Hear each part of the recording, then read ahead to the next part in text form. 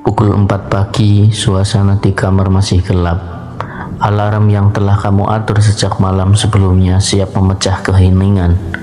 Kamu tahu ini adalah panggilan untuk memulai hari. Tapi seringkali godaan untuk menundanya hanya 5 menit datang mengotori janji untuk bangun pagi itu. Penelitian menunjukkan bahwa 92 orang gagal memenuhi resolusi tahun barunya. Banyak yang menyerah bahkan sebelum bulan Februari berakhir. Ini mencerminkan perjuangan yang kita hadapi dalam membangun konsistensi. Namun, filsafat stoikisme mengajarkan bahwa alam berjalan dengan ritme yang tak tergoyahkan. Matahari terbit, musim berganti, jantung berdetak. Alam semesta mengikuti hukum yang telah ditetapkan. Video ini bisa menjadi titik balik untuk transformasi yang mendalam.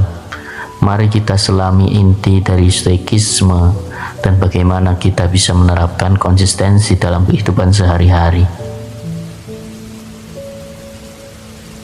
Bagian 1. Konsistensi dalam hidup sehari-hari. Alarm berbunyi, gelap masih menyelimuti pagi. Dunia di luar masih terbungkus bayang-bayang malam. Kamu sadar bahwa hari baru dimulai, tetapi ada suara kecil dalam diri yang menggoda untuk kembali tidur. Kamu berusaha melawan keinginan itu. Ini bukan hanya tentang bangun pagi. Ini tentang memenangkan pertempuran kecil yang membentuk disiplin diri. Para filsuf stoik seperti Marcus Aurelius dan Epictetus memahami pentingnya membangun karakter. Mereka mengamati bagaimana alam mengikuti ritmenya sendiri, dan mereka meniru pola ini dalam kehidupan sehari-hari mereka.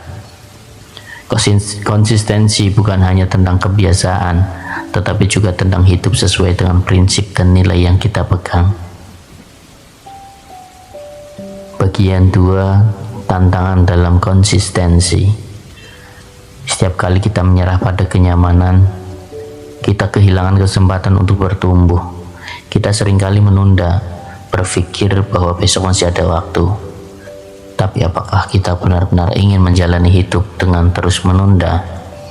Selama berabad-abad, tantangannya bukan ingin berubah, tetapi berkomitmen pada perubahan itu setiap hari.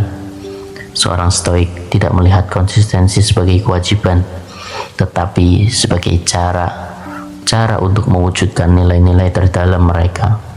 Hidup sesuai prinsip bukan berarti selalu nyaman, tetapi berarti memiliki ketahanan pada jalur meskipun menghadapi kesulitan. Carl Jung percaya bahwa dalam diri kita ada bagian yang menolak pertumbuhan, bagian yang ingin tetap nyaman dan menghindari ketidakpastian. Namun, kenyamanan seringkali adalah musuh terbesar pertumbuhan. Bagian 3. Cara membangun konsistensi. Marcus Aurelius mendekati setiap hari dengan latihan untuk hidup sesuai dengan prinsipnya. Dia memahami bahwa disiplin diri bukanlah sekedar tindakan, tetapi cara hidup. Tantangan yang kita hadapi bukanlah rintangan, tetapi bagian dari perjalanan kita menuju kebaikan. Setiap kali kita memilih untuk keluar dari zona nyaman, kita bertumbuh sedikit lebih kuat.